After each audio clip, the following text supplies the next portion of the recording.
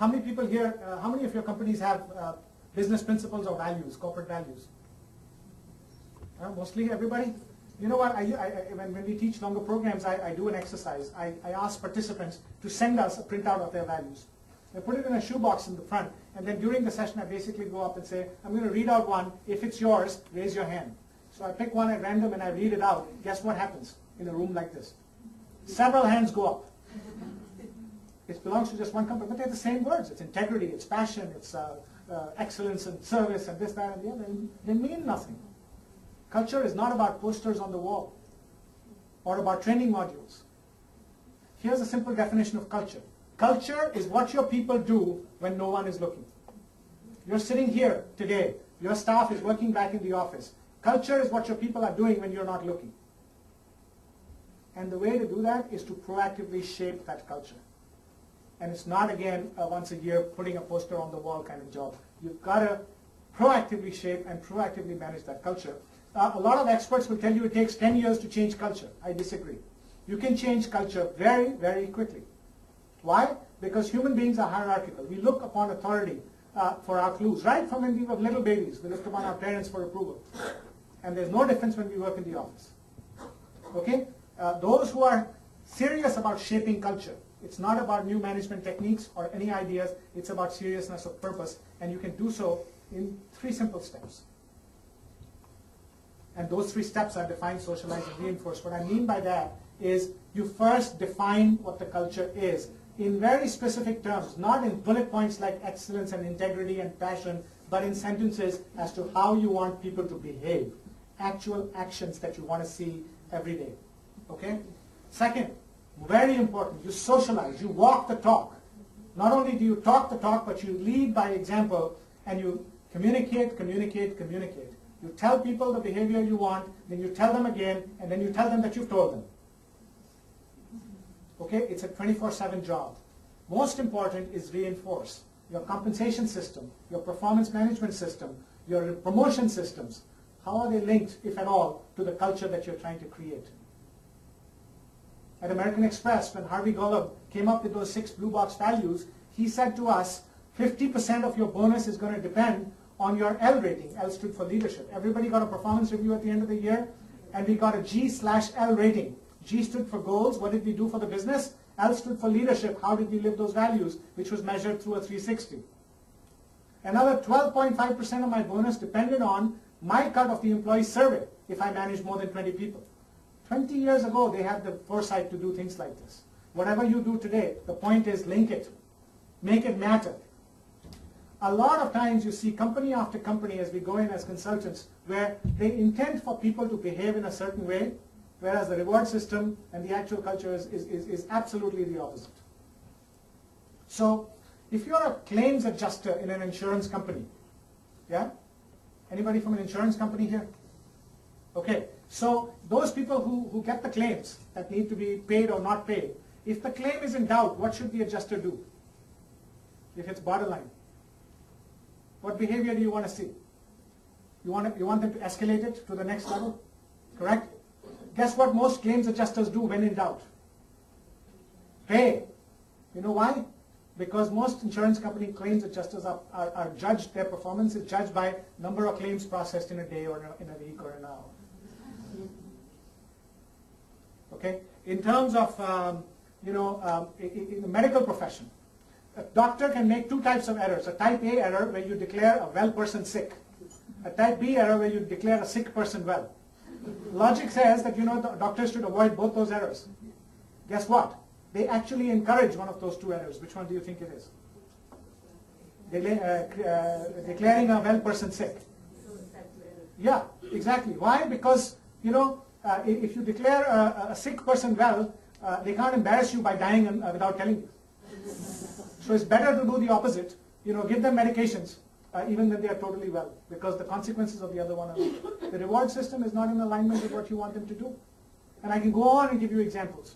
My old mentor and dear friend Steve Kerr, who's written many books, he wrote this article, and if you want to write this down, you can download it for free. 30 years ago, he wrote the article called On the Folly of Rewarding A While Hoping for B. On the Folly of Rewarding A While Hoping for B. Google it and you'll find it. till today it's one of the most downloaded articles in management science. And he goes industry after industry, and he's updated it more recently, by the way, and tells you how, you're hoping for A, but you're rewarding B. So that's what I mean by reinforce.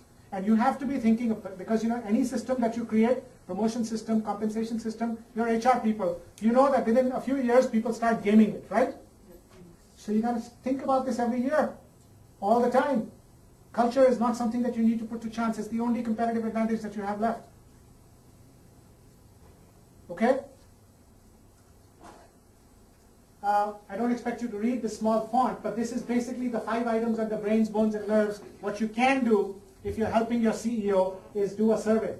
Ask the organization to rate it on a 1 to 5. You can do a 360. Better still, I suggest you do a 180. But just get the leadership, one level below or the 2 levels below the leadership team to fill this out, because they experience the leadership of the top closest. And you'll get back data which looks something like this, and you put that up and get the whole leadership team together, you know exactly what to do. You don't need expensive consultants or org design specialists, etc. You've got serious data as to what your people think about the strategy, the structure, and the culture. Depending on what the results are, have a conversation, and smart leaders will figure out what to do. Yeah? So, just to summarize, leadership is the art of harnessing energy towards the creation of a better future. Remember, better future is a prerequisite. Energy is what it takes. And to energize the whole organization, you need to start first with yourself, purpose and values. Then get yourself some partners in crime by talking to them about their preferences under role, environment, and development. Check for energy first, and then keep talking so that you can sustain their energy. And finally, you galvanize the whole organization by creating conditions where hundreds of thousands of people can succeed by focusing on the 3 known pillars of organizational growth, and that is brains, bones, and nerves. If nothing else, you do just these things, you're doing 100% better as a leader. Does it make sense? Any questions so far? Anything that you'd like to chat about before I close? Yes, sir. Full organization is about Steve Jobs and stuff like that. So, and it's a very successful company. How do you see that kind of model of leadership working in context of this model that you're talking about? Because it's so about him and his views, it really doesn't have a flow across. It sounds like it's all about him. Actually, he's done all of this. He doesn't create the products. His co-leaders do. His people do. He basically has created the framework, freedom within the framework of brains, bones, and nerves, and people know what to do. He is the face of Apple. Yeah? And by the way, his own behavior has changed over the years. Initially, he was pretty obnoxious. Some say he still is. But he has done these things. So Rome is not built by one person, and neither is Apple. So. But why would this cancer diagnosis actually drop the share price? If the outside investor doesn't value him? Because of the perception that he is the guy who is creating the energy for the whole organization. He's the guy. And it's not clear, what he's not doing well is creating succession. It's not clear if he pops off tomorrow, who is going to go up this arrow and create energy for the whole organization. To that extent, you're totally right. Other thoughts? Other questions? At the end of the day, leadership, other thoughts, between leaders and bosses is this. Leaders take it upon themselves to make a difference, and bosses don't. So you need to start somewhere. And I would urge you, and we'll give you copies of this presentation if you like, so you have it. I urge you to take the self-assessment when you have some time. It basically does everything that we've talked about. You will ask yourself questions like, have I clearly defined my purpose? Do I understand my own values and my behavior? Do I understand the role, environment, development needs of my direct reports? And then questions about brains and bones and nerves. And basically, you will start your journey towards leadership. It's about how honestly you answer this for yourself. If you want, follow this up with a brains, bones, and nerves survey for the rest of your organization, the one that I showed you earlier. You will get substantiated data. And if there's a disconnect between your own and what people are saying, you will get that. At the end, don't hear me saying that I'm over-relying on surveys here. These are just tools to get you started. The real essence is what where you get your energy from, purpose and values, and then can you use your own energy to align and galvanize the energy of others. So, leaders create a better future, bosses cling to the past and cope with the present. That's the question I'd like you to leave here with. What do your people think of you? More importantly, what do you think of yourself? The human condition is one of coping with the status quo. The moment somebody articulates a different future, naysayers appear. Which one of those are you? You don't need authority, you don't need position, you don't need anything. You need purpose, you need values. I'm done with the sampling of the products, of the content and the research that I talked about. I'd like to close now with just a little bit about ICLIF, the ICLIF Leadership Center, but before I do that, any other comments, any other questions? Anything that you'd like to share? I mean, you've got a lot of leadership experience in this room. Add to what we've said today. Anything that you'd like to share that can benefit for all of us? Yes, sir. Would you see differently in leadership style in different environments, especially when you are growing up organization or you are mentoring organizations? Are they different? That's number one. Number two, I like this statement about leadership. They said, how are you doing as a leader? And the answer is, look at the people you lead, right? So, and I think I'm more concerned about the first question, how you see it differently in different environments. Thank you. Thank you.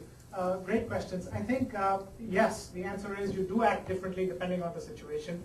There's a lot of literature around situational leadership. You know, when you're in the growth phase, you act in a certain way. When you're in a consolidation phase, you act in a certain way. So, yes, you leaders rise to the demands of leadership. In the case of growth, basically it's about getting as many people aligned towards the future that you're trying to create and making people believe in it. The more you do that, the better, right? And in terms of consolidation, it gets more towards the management side. But the basic tenets of leadership still remain the same, whether it's one phase or the other phase, whether it's one situation or the other, how clear you are about your purpose and values. Basically. And then, by the way, your purpose and values evolve over time. So if you reached a new stage in your business or in the results that you're trying to create, has it changed your purpose now? Has it changed a little bit your values now? Those are the questions that you keep asking. And what you do becomes very clear. And your second point about, you want to know how you're doing as a leader, ask the people you lead, couldn't agree more. Couldn't agree more. And the whole point I was trying to make was exactly that. Ask. Yeah? Thank you. Anything else? Yes, sir. Is leadership something acquired or granted? Acquired or granted? I'm not sure I fully understand the question. It's different from are they made or born, your question. So can you clarify a little bit? Some of what you've described as leadership can be the perception of being the leader, the ability to lead, therefore is something that is given to you by those that is led. I see, okay. Yeah? Yes, thank you. Absolutely. Leadership needs to be earned. And if you can align the purpose and values of the people that you're trying to lead with your purpose and values and make that shared purpose, they will reward you and grant you their followership. Absolutely. No position, no fancy title with a C in front of it is going to give you leadership authority. Yeah. Anything else? Yes, ma'am. Sorry, following the question where we spoke about followership. Now, what would be the traits of a good follower? It's very interesting. You ask great leaders, what kind of traits do they want to see in their followers, and guess what they say? The kind of traits that they come out with, what do you think they are? Exactly. They want the same leadership behaviors in their followers that they want to expect in their leaders. So that's what they answer all the time. So a good follower is a good leader. Absolutely. Because at the end of the day, leadership is about creating a better future, right? And it's upon all of us to create that better future. So I want to work with people at the ICLIF Leadership Center that believe in that future. In other words, I'm looking for leaders who believe in it and are willing to go above and beyond to create that future.